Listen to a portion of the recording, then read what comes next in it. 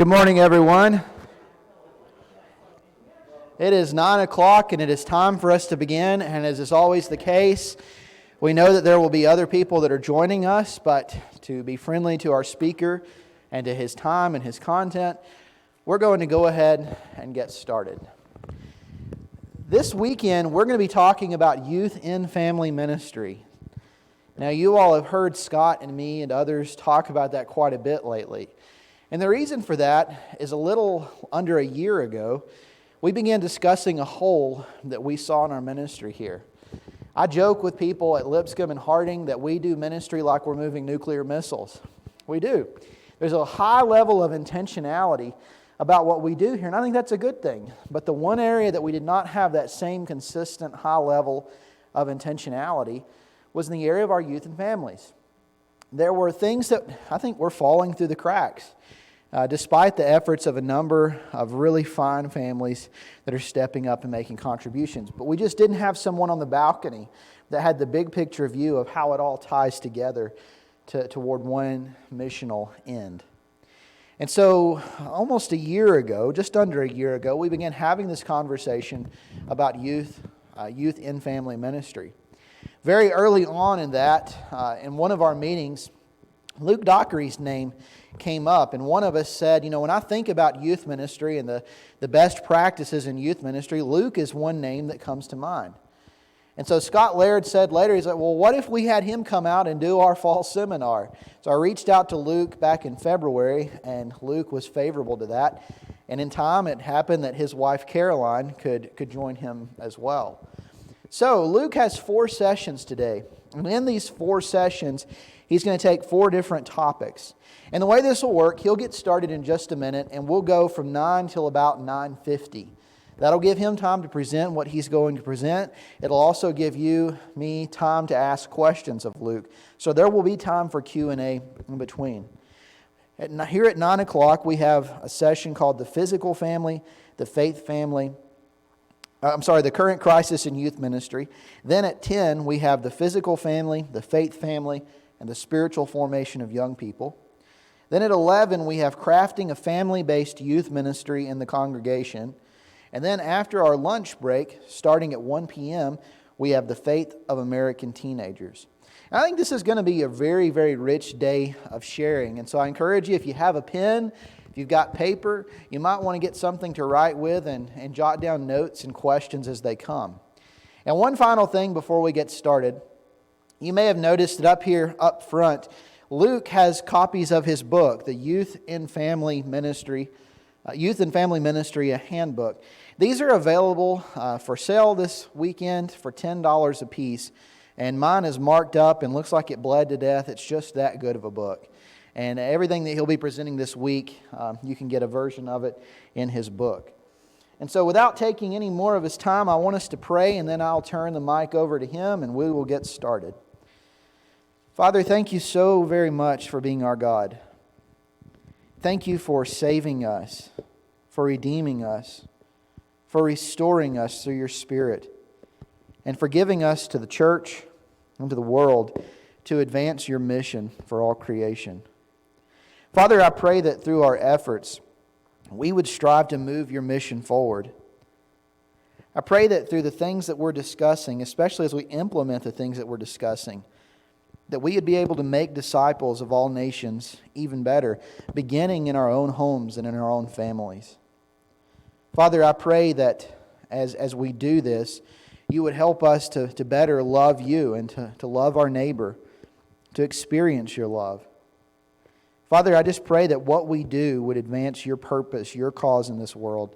And I pray that you would bless every person here who is here today, or every person who may be listening to the recordings of this later. And I pray that you will stir their hearts for how they can participate in what you're doing to advance your cause in youth and families. Father, I pray for Luke today. I pray that your Spirit would be at work in him. I pray that the concepts that he shares would connect with us and that they would fall on open hearts. I pray that you'll give him endurance for the race that is ahead, and just bless us through what he has to share. And I pray that we also will be a blessing to him. We thank you, God. We pray in Jesus' name. Amen.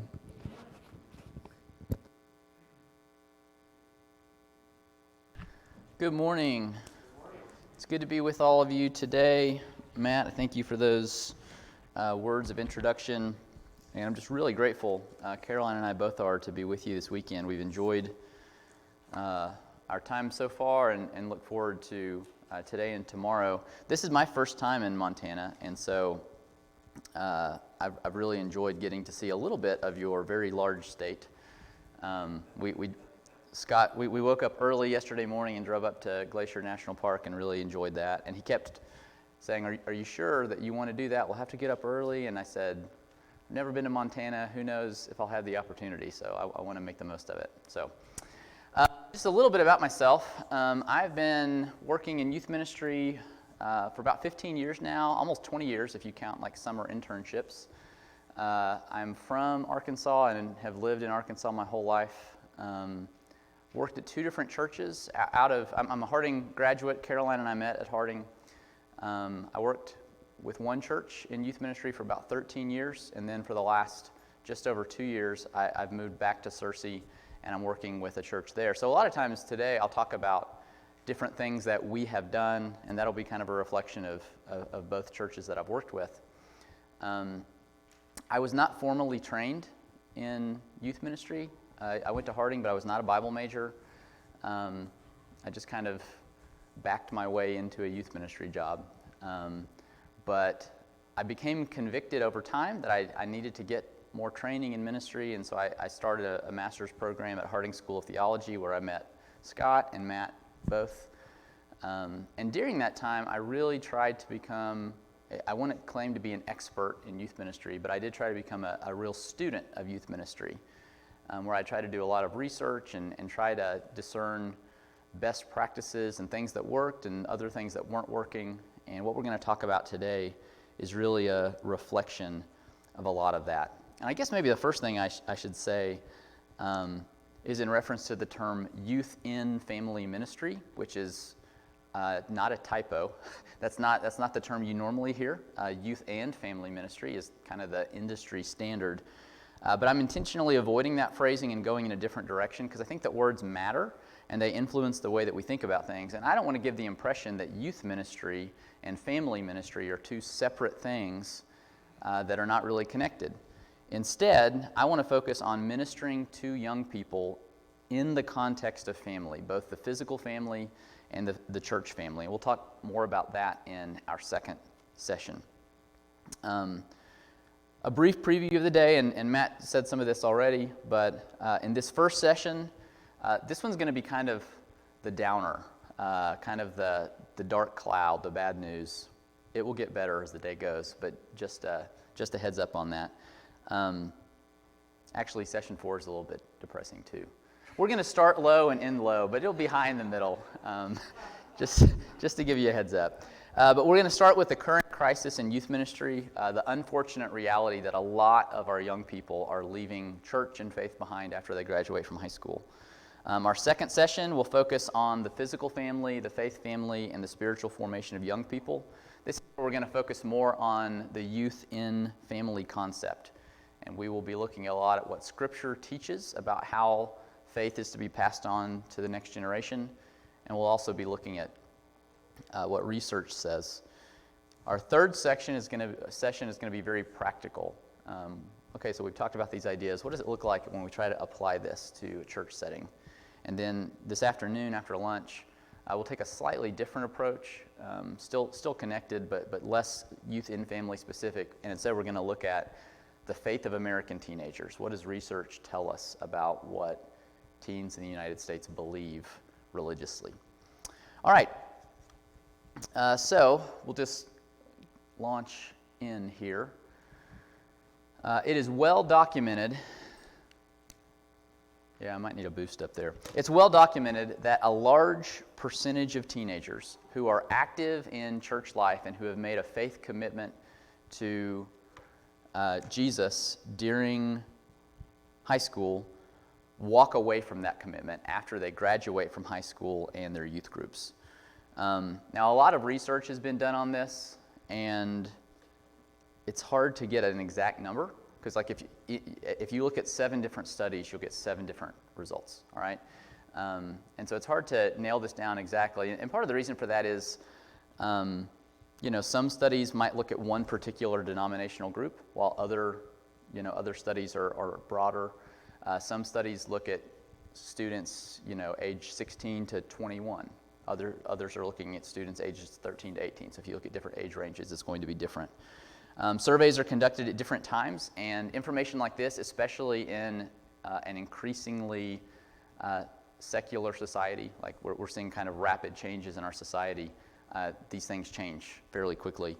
And then also, if we're trying to see like how many students are staying faithful after high school, well, how do you define the word faithful? If faithful means, like I go into a church building once a month, versus, yes, I'm regularly connected in, personal Bible study, and I go to church regularly. I mean, depending on how you define faithful, you're going to come up with different results. So all of that's kind of a disclaimer. We do have differences in the statistics that we see.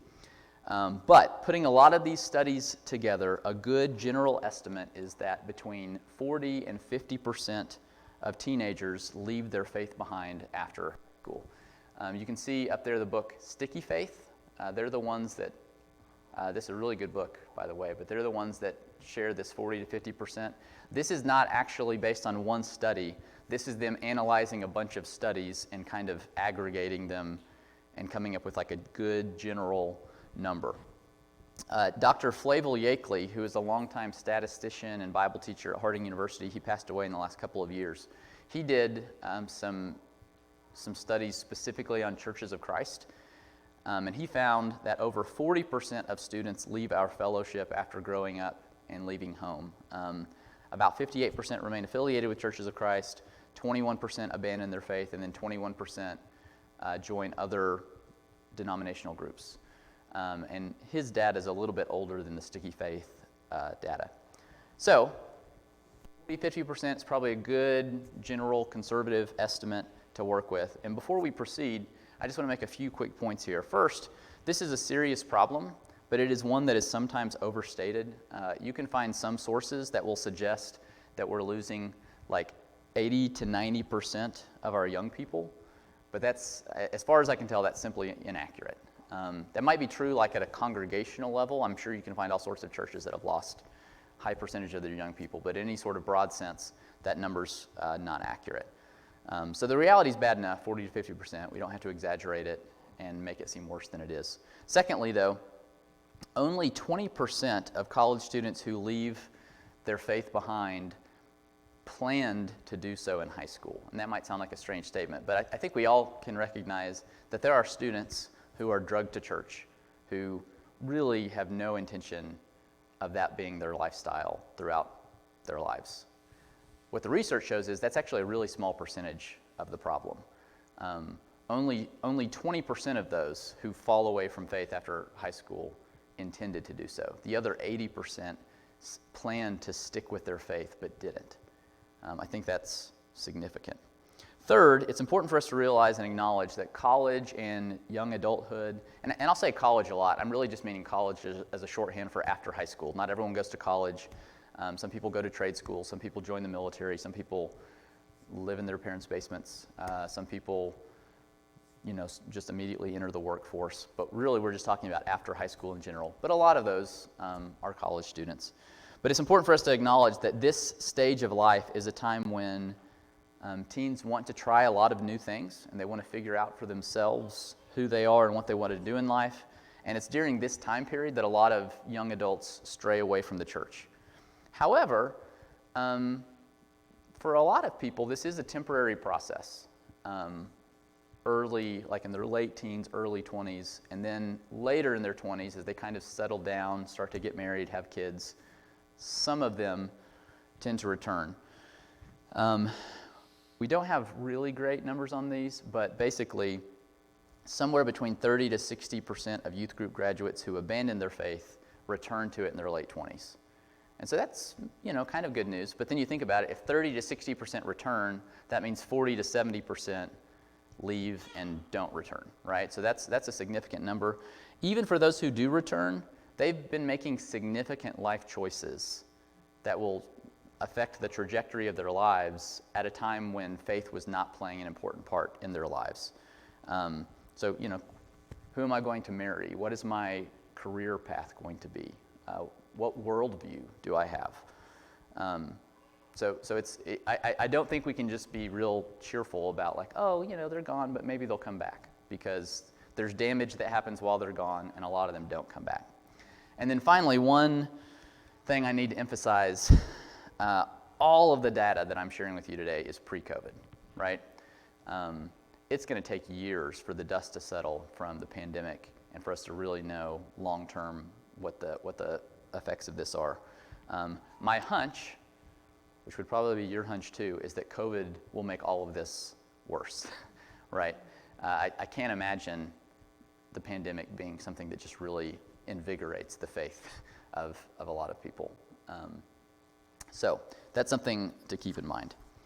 So we don't want to overstate the case by saying that more young people are leaving than actually are.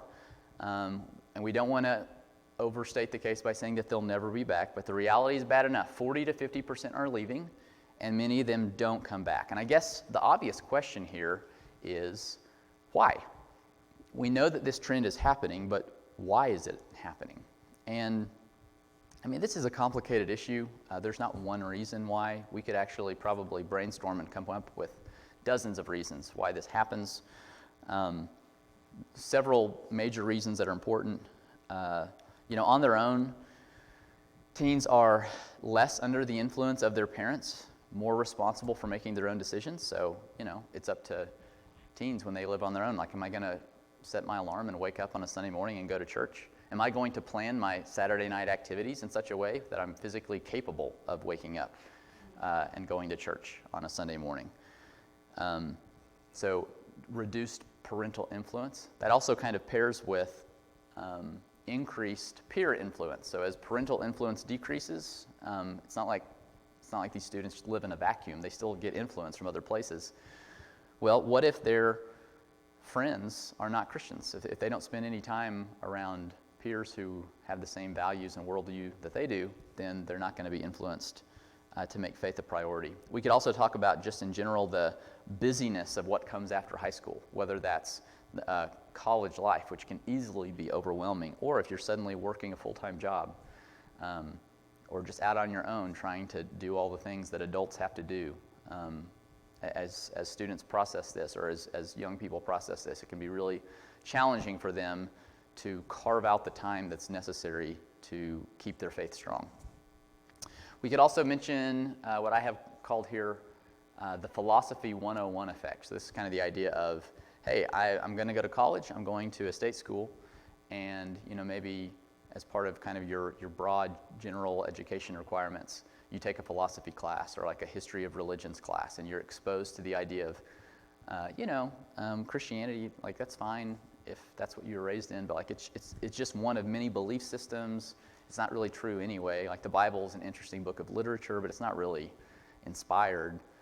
Jesus was a great, moral teacher and very inspirational, but come on, he's not the Son of God. And you have students who maybe for the first time are being exposed to some of these ideas by people who seem pretty intelligent. They've got PhDs and they're teaching. And if students weren't very well equipped to handle things like this, it can be really challenging for their faith. And then another thing that I've really seen in the last few years is a really negative reaction to what I'm calling here like a politically partisan faith. I certainly think that our faith should influence our political views, but expressions of faith that seem to be very partisan focused are very off-putting to young people. And I would say that that's true regardless of what the flavor of the politics is. This is a sticking point for a lot of young people. So all of these are reasons, and we could come up with a lot of other reasons, but we actually haven't mentioned yet perhaps the biggest reason, or at least the problem that a lot of youth ministry experts and researchers emphasize a lot and focus on. And that's what we're going to talk about a lot today. That is the problem of age segregation, which is the way that churches have systematically isolated young people from the very relationships that are most likely to lead them to maturity. This happens in churches, but it's part of a larger problem that exists in our society as well, where children, and especially teens, have less frequent contact with adults, including their parents, than ever before. And I try to be really careful in not overstating things. But when I say than ever before, like as far as I can tell based on research, we're saying that young people are more isolated and segregated from adults than at any time in observable human history. Like this is a big deal. Like we are in an unprecedented state. So let's talk about that a little bit more.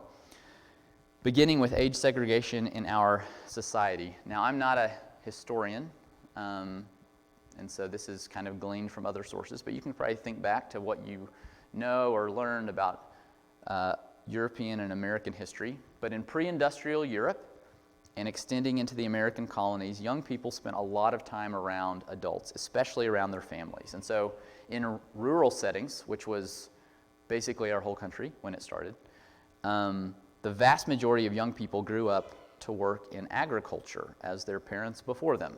And they learned how to farm by working alongside their parents throughout their young lives. Life in urban settings was somewhat different, but was still very much based on significant interaction between young people and adults, because a lot of times you'd have young people who would go into the cities and they would be taken on as like apprentices to learn a trade, to become like they would be apprenticed to a master craftsman. So they would have kind of these close relationships there. But in both instances, you have young people who are being around adults and who are basically learning what adults did. And really in the process, like learning to be adults alongside them. Even well into the 20th century, kids might go to school, but then would come home and work side by side on the farm with their parents. I know that it was a practice for a long time, especially in rural communities, where at certain parts of the year, like kids might go to school, but not at harvest time. Like they'd be at home, working on the farm with their families, or not during planting season. Like there'd be really busy times where they would not be in school. They'd work alongside their parents on weekends as well. And this is not what happens anymore, right? I've got kids in my youth group who cannot even explain what their parents do for a living, let alone do they do it alongside them, right? Furthermore, in previous times, young people grew up in constant contact with grandparents and other members of the extended family, aunts and uncles and cousins, in a way that is just rare today. So only a few generations ago, it was common for a person to live his or her entire life within like a radius of, maybe 100 miles. Now people travel all over the world, right? And as a part of that, it's because advances in transportation, people travel more, but also they tend to grow up and move off and live in different places. Extended families are spread all across the country, maybe even across the world. Gradually, after we kind of slowly transitioned to a more urban, more mobile, service-oriented economy and society, it became increasingly common for both parents to work. It was once true that maybe kids would come home and after school stay with their mothers until fathers came home from work. Now it is very common for children to grow up in one-parent homes or two-parent homes where both parents work. As a result, a lot of kids come home to an empty house, or they stay longer at school as part of an after-school program or sports practices. And again, like I'm saying that these are bad things. Like people have to do what they have to do to survive, but it reflects a significant change, right, in our society over the last couple hundred years. Young people are simply not around adults as much as they used to be. One particularly disturbing study that illustrates the extreme unavailability of adults in teenagers' lives reveals that teens spend less than 7% of their waking hours with direct contact with adults. Now, certainly, that might seem like a crazy statement. It's like, well, kids go to school. Well, certainly, teens spend time around adults because a significant portion of their time is spent at school. But a lot of that's like in structured classrooms with adult teachers. But in these situations, teens are part of a large group competing with other students for attention from one adult in the room, right? So there's just a huge difference between, a high school chemistry teacher trying to meet objectives and cover material and teaching, 30 students in a room versus spending one-on-one time with an adult. Like, those are two very different things. And there's just not a lot of that one-on-one time that occurs anymore. Regardless of the popular conception of teenagers locking themselves in their rooms, and blaring their music because they don't want to be around adults.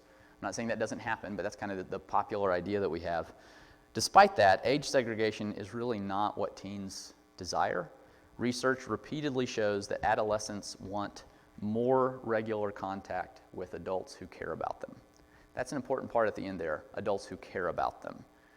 It's very important that teens perceive that the adults who are around them actually care about them and want to, are interested in their lives and want what's best for them. So that's an important part of it as well. Age segregation is also not good for young people either, since they learn how to be adults by being around adults. This quotation, I think, is really kind of sobering. In all societies since the beginning of time, adolescents have learned to become adults by observing, imitating, and interacting with grown-ups around them. It is therefore startling how little time modern teenagers spend in the company of adults. We really don't have time to talk about this today, but one kind of alarming trend that's developing that you may have heard about is this idea of delayed or prolonged or extended adolescence, which is basically the notion that it's taking young people longer to grow up.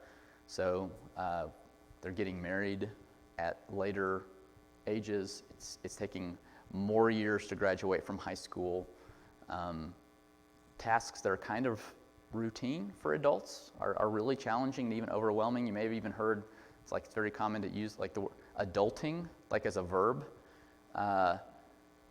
Things that a lot of adults are like, yes, I pay my phone bill. Like, I don't deserve a pat on the back for that. But 23-year-olds are like, yeah, I adulted today. I paid my bills. And it's like, oh, congratulations. But I'm not trying to be like dismissive of this. They're just not growing up. Like, there's actually research, like physiologically, our brains are developing at later ages than they used to. So there's something that we're doing, or maybe dozens of things that we're doing, that are leading to this problem, that are making it harder for our young people to grow up. And I think this quotation is a big part of it. Historically, we learn how to be adults by being around adults. If we have structured society in such a way that people are not around adults as much, it would make sense to me that that's delaying the process of them growing up. So this is a major issue. And then lastly, much of the direct one-on-one time that young people do have with adults occurs in role-specific ways with adults who are paid to interact with them.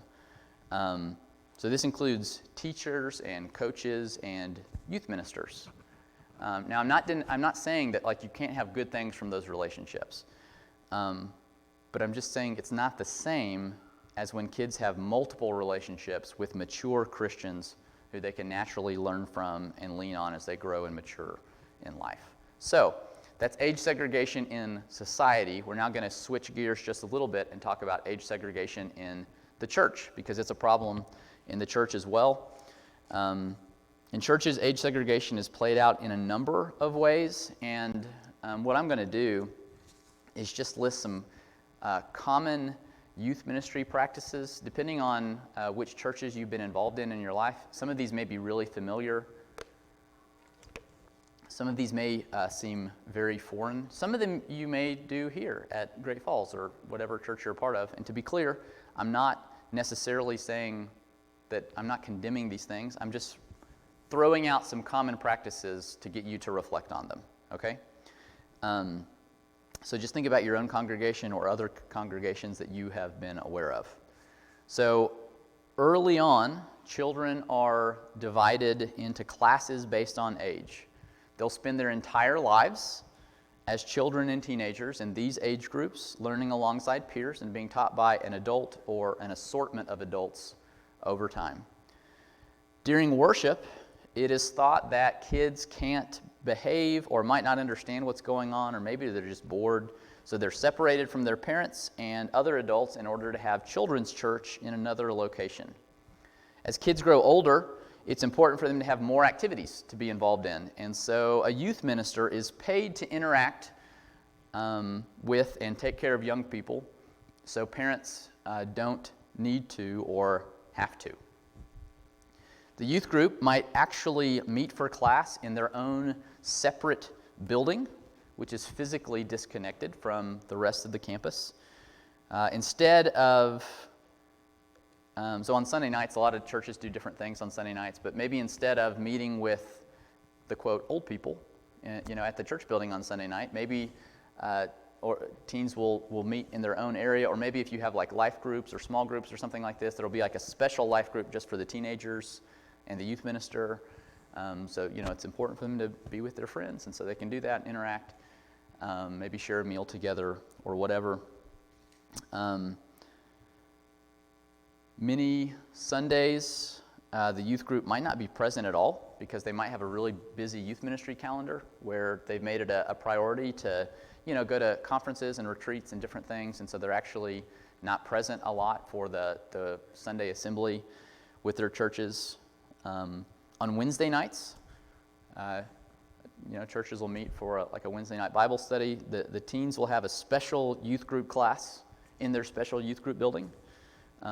They can just get dropped off there. At no point will they meet with the rest of the congregation during the evening or even come into contact with other adults other than youth ministry staff. All right? So, again, I'm not suggesting, when you look at this list of activities, I'm not suggesting that any of these are necessarily wrong. In fact, some of them we do at Cloverdale, the church I'm at now. For example, we think it's a good idea to have Bible classes split up by age level so children are taught appropriately. We don't bring in our 4-year-olds to study Leviticus in the auditorium, right? We also have a paid youth minister. It's me. And I'm not campaigning that they fire me, right? So I'm not saying that these things are necessarily wrong, but I do want to raise the question, what happens when you take all of these practices and you combine them together year after year after year? The net effect of this is that by the time teens have graduated from high school, they may have spent a great deal of time doing, quote, church activities with a youth group, but have had little real interaction with the church as a whole. And I think that's really problematic. This isolation has been creatively described as the one-eared Mickey Mouse. So you can see Mickey up there, and you can also see the way that a lot of churches do youth ministry, where you've got the church, and then the youth group is kind of almost like a tumor, like it's connected to the body. It's consuming resources from the body, but it's not like integrated into the body. It's not meaningfully connected in any real way. In a sense, the youth group becomes almost a parallel congregation. Youth group members don't know adult Christians unless it's like a minister or a relative or the parent of one of their best friends in youth group.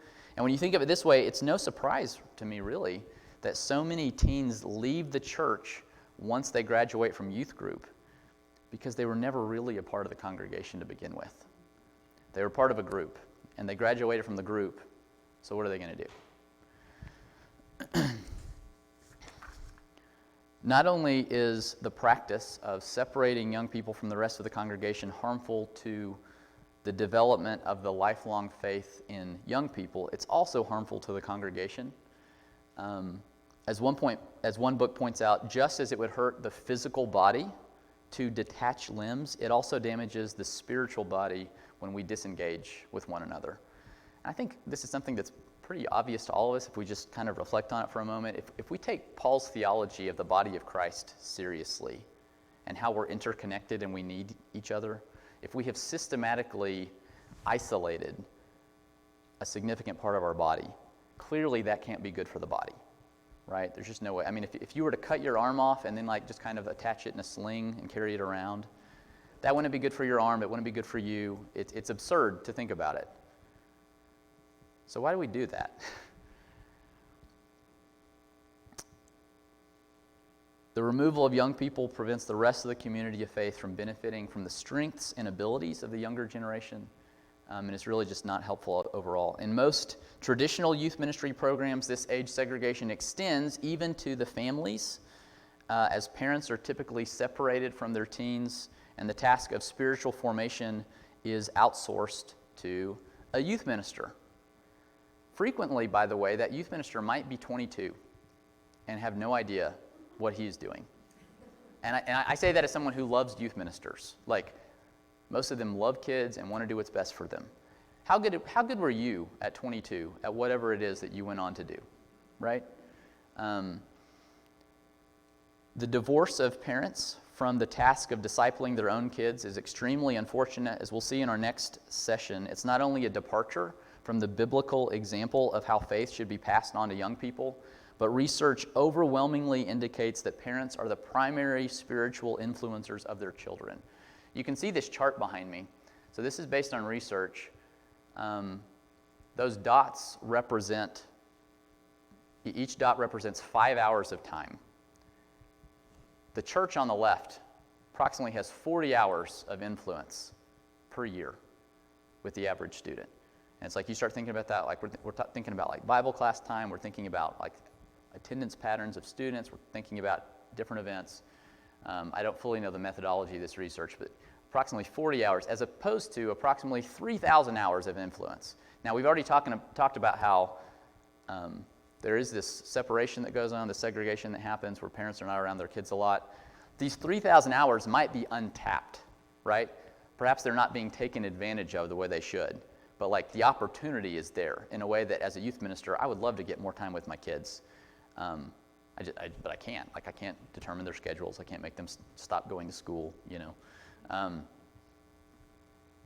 Is it any wonder why parents have so much more potential to influence their kids than the church does? I mean, it's just overwhelming when you look at it kind of graphically this way. Parents do not simply have more spiritual influence on their kids than the church does. They have more influence over them than any group does. And parents, especially like parents of teenagers, hear this and they're like, are you kidding? Like, I can't get my teen to do anything I want. And it's true that in teenage years, parental influence kind of wanes a little bit, and they are influenced a lot by peers. But still, ultimately, research, this is very consistent across research. Parents are the primary spiritual influencers of the faith of their own kids. So to put it another way, regardless of the efforts of a youth minister to help the process of spiritual formation in teens, if parents are not also involved, a youth minister is unlikely to be effective since children are so greatly influenced by what their parents do. And you can see this really easily with young people who come to church without their parents. Now, I'm always excited when my youth group kids bring their friends, and I'm ecstatic when we're able to convert their friends. But at the same time, I've been in youth ministry long enough to be realistic. It is really hard for teens whose parents are not Christians to stay faithful. It doesn't mean that there are not exceptions to that, but like the research on this is really clear. It's really hard. That doesn't mean that we shouldn't try with these kids or that we should give up on them. On the contrary, like we need to try harder with those kids. But it does reinforce our basic point on the importance of parents when it comes to the long-term faithfulness of young people. It is really hard to out-teach what goes on at home. So, as we kind of bring this first session to a close, I want us to think about the idea of stewardship in youth ministry. Often in church, when we hear the word stewardship, we immediately think of money, right? And how we use it, how we spend it, and that's good. But stewardship is about a lot more than that. Stewardship just means being responsible for and taking care of something with which you have been entrusted. And from that perspective, I think more discussions about youth ministry need to take place with the idea of stewardship in mind. Perhaps more than any other idea in these sessions, I would love for you to walk away with this. God has entrusted us, both in our physical families and in our church families, God has entrusted us with His children. We tend to think of them as ours. We say my kids, and that's fine. But ultimately, truly, they are His. Our children belong to God. Put another way, children are God's gift to us, and what we do with our children is our gift to God. John Wesley once said, Children are immortal spirits, whom God hath for a time entrusted to your care, that you may train them up in all holiness and fit them for the enjoyment of God in eternity. This is a glorious and important trust, seeing that one soul is more value than all the world beside. Every child, therefore, you are to watch over with the utmost care, that when you are called to give an account of each to the Father of spirits, you may give your account with joy and not with grief. God expects us to take care of his kids, and a primary part of that task is that we are responsible for and that we pay attention to their spiritual growth and development. We are to bring them up in the Lord. And I want you to know that for me, as a father, I've got 2 kids of my own and a third on the way, but also as a youth minister, I am determined to be a good steward of the most precious things that God has blessed us with, his children. So, the reality is that a lot of young people are leaving the church after high school, and some of the very youth ministry practices that have been used to help them are in fact aggravating the problem, which is just really sobering to think about. And again, like, people are not doing this with bad intentions. Like, I'm going to talk a lot today in ways that make it sound like I don't like youth ministers or I don't like youth ministry. I am a youth minister. This is my career path. I think it's really important, and I'm very sympathetic to a lot of the things that have been done in the past to try to help students. I just think it's important that we be able to take stock of what's going on and say, okay, look, we tried this with the best of intentions. It was clearly not good. We need to do something else instead. That's part of stewardship, right? So this is a sobering reality, but we shouldn't respond to it by throwing up our hands in despair. Rather, we should determine to do a better job in ministering to young people. So what does the Bible teach us about passing faith on to the next generation? What insight can research studies share with us about developing faith in our kids? And it is to those questions that we will turn our attention in the next session.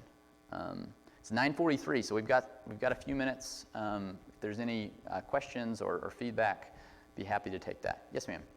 Well, from the time our kids were pretty young, Scott had been a life group leader, and so a lot of other life group leaders who had kids our age were life group leaders too. So our kids were not with other kids hardly at all, and so we did have a large, segregation of age in our life group, and we really counted as a blessing. Finally, they said one time, could we have a couple of, could we have one other kid in our group or whatever?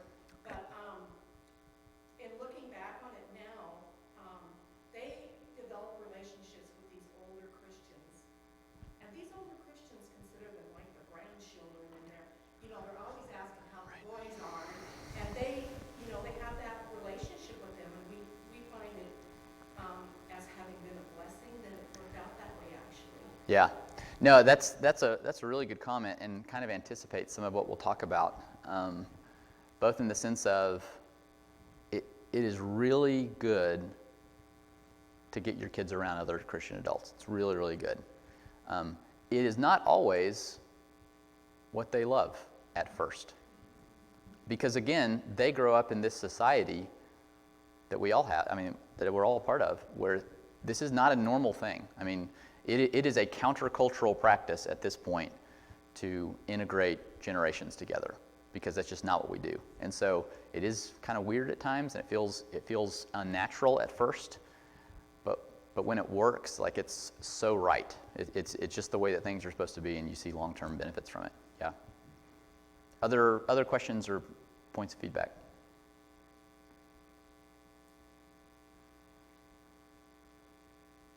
Okay. Well, we have a...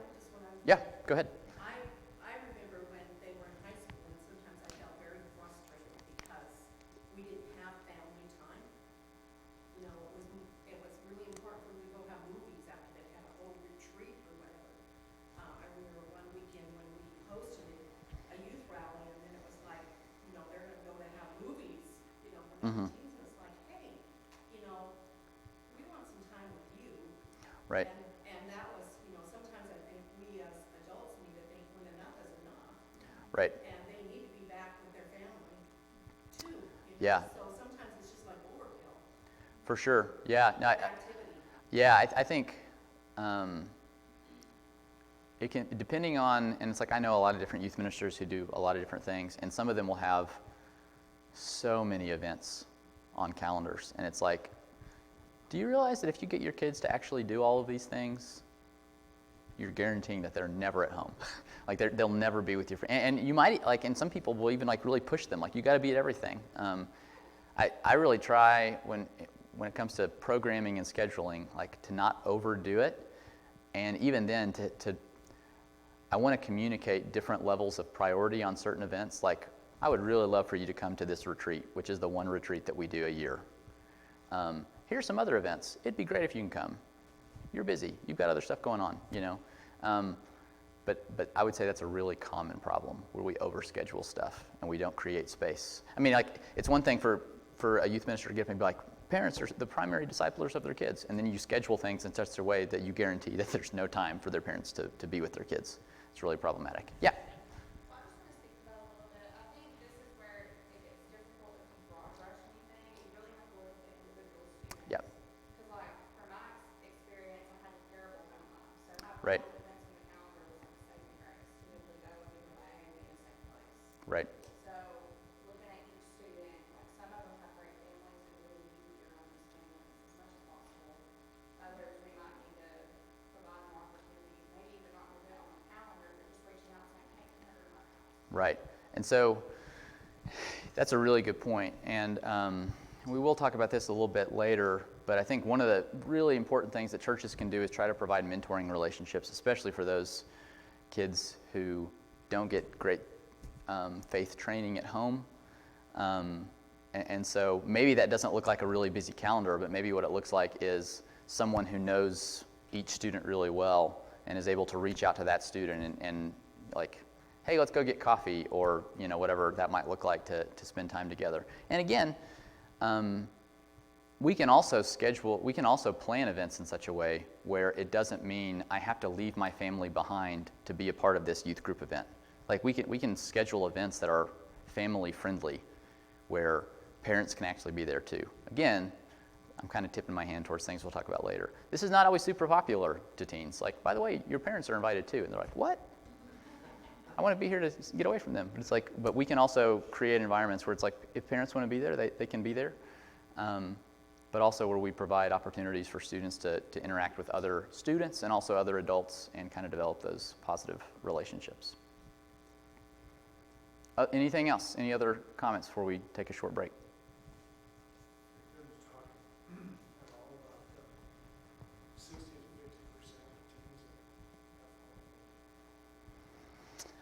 As far as like what we can do about those teens, yeah, I mean, I wish that I could be more hopeful about that. I mean, look, we plant seeds in the years that they're still doing these things, and some of them do return, like, so I don't want to diminish that. But generally speaking, the way that we reach anyone, whether it's someone who is not a Christian or whether it's someone who's fallen away, it's through relationship that we reach people, right? You generally do your best work in sharing faith with people who already trust you and you have some sort of relationship with. And so if part of the problem is that we have systematically made it to where these teens don't have relationships with adults, that's hard, right? And so, like, whatever the case may be, it's going to have to start with, we've got to figure out how to build that relationship. And so, like, whatever few connections maybe that there have been are the ones that need to be focused on. But, like, I don't have any great solutions to that, which is part of the reason why my focus is we've got to change our cultures in our churches to where there are a lot of relationships, to where people are still going to fall away. That still happens. But, like, it's a lot easier when it's like, oh, hey, I'm going to go talk to these 3 mentors who've been really important in this student's life. Can each of you reach out to this student? As opposed to, oh yeah, there's no one. Like, there's no one that has a connection. So I think it's really important. And I'm not saying, please don't hear me say, like, oh yeah, we just give up on those people. That's not what I'm saying. It's like, we kind of have to start from scratch. If we don't have relationships, we've got to try to build relationships with these people. And even at our church, we've had meetings where we kind of talk through this long list of, children of, faithful members who are just not around. It's like, okay, how do we do this? And the first thing we do is we try to brainstorm, like, who is it that maybe has a connection to this person? So I think relationship is always really important, but moving forward, I think the goal is we've got to figure out a way to cultivate these relationships to prevent this from happening. Or if it does happen, we've got this safety net, because the reality is for a lot of these kids, the reason they're leaving is because they're not connected to anyone. And so at that point, it's really hard to reach out. Yep.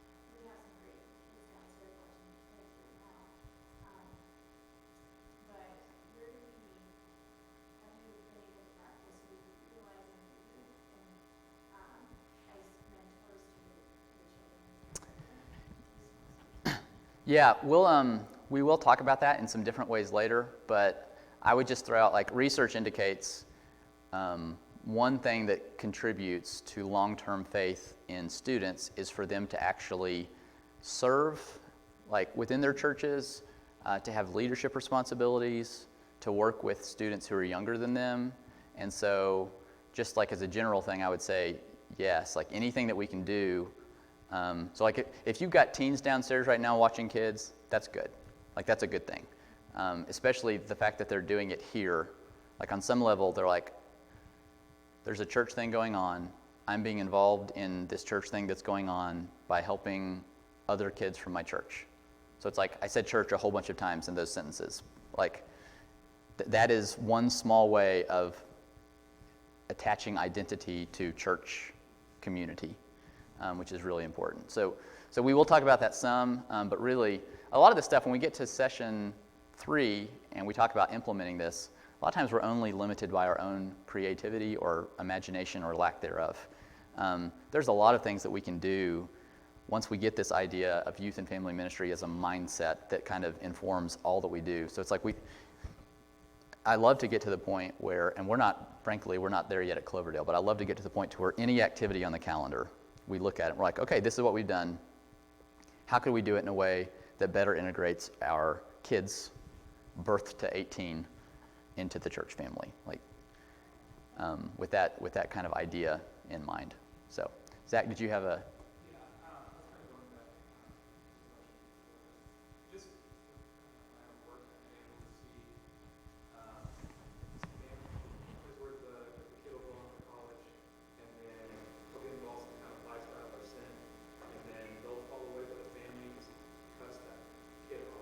And maybe you'll answer this question later. Do you have any advice that we could use as a church either help that family to reach that kid or help reach that kid? Or what would be the best way to do that? Yeah, so these are really good questions. This is hard. This is a hard situation, right? And so, again, and there's no guarantees here, but again, if a relationship is the best way to reach people, as a general rule, I would say that cutting off relationship is not an effective strategy, right? Now, there are things, like we have teachings in Scripture about, like 1 Corinthians 5, and Paul talks about like kind of removing fellowship from certain people. Sometimes we apply those like inconsistently and in ways that really don't meet the context, because, I mean, there's a difference between someone who is actively a part of your church body, who you see every week, who is living in sinful behavior, and you just not addressing that. That's what Paul's talking about in 1 Corinthians 5. There's a difference between that and then people who grew up in faith, have kind of turned their back on faith, and are now engaged in sinful practices of the world, and their families kind of cut them off because of that. Usually because they're trying to somehow be obedient to what Paul's talking about, which is a very different situation. And so in general, I would just say I think it's really helpful if we could realize, like, we're maybe the best lifeline that these people have, especially if it's your own kids. Remember, parents are the primary spiritual influences of their kids. And so if the kids choose a different path and the parents cut off relationship with them, that does send a message that's really not super helpful. So, maybe trying to reverse a little bit of that culture and trying to train our families, like, hey, when things like this happen, we can still keep a door open with our kids without approving of their lifestyles. Because I feel like that's what God does with us, right? Like, the door is always open for us to return, even though he doesn't approve of what we're doing. So that doesn't fully answer the question, but I just want to acknowledge, like, it's a hard situation, but maintaining relationship is so important as a bridge to bring people back. Yes, sir. Well, I'm just going to say, because the question was asked, that I think that Zach asked that I've had to deal with this, and you really have to think it through. But if you think about even the prodigal son, the father never condoned his behavior, but he always waited for him to come home with the right attitude. Yeah. And when my own younger son made some decisions that were very disconcerting to us, because we're very, very close and we've stayed close the entire time, when this all started, he was very, very upset. And, he said, you'll never, we'll just never, life will never be the same. And I told him, I said, I will always love and appreciate the things you accomplish in your life. And I will always disagree with current decisions you're making. But I've made very, very clear to him how much I love him, and I will always love him, and I will always support him in certain areas, but I will always disagree with Right. bad decisions. But, and he couldn't deny that, and we've stayed that way, and I think we're turning the corner again. But, Right. But again, if you just kick them in the hind end and say, I didn't want to see you again, whatever, Yeah, like, good luck with that working. Yeah, no, I agree. And again, that isn't what the prodigal father did. No, it's not. He basically went, go ahead. He let him go, and then as soon as he came back, he didn't say, all right, I'm glad that you're back, but first let's talk about all the bad stuff you did. Like, he didn't try to rehash all that stuff first. He welcomed him home. So, Glad he's back. yeah, absolutely. Got time for one more? Yeah, absolutely. Well, the issue always is with these kids is that, including mine, is that they'll use radically charged stuff to get under your skin. Like, my daughter's calling his church sexist, racist. She's calling me racist. And, I guess, I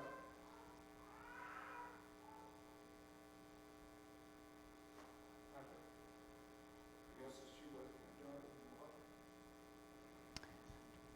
I don't know how to I don't know how to have a conversation with her because she goes right back there all the time.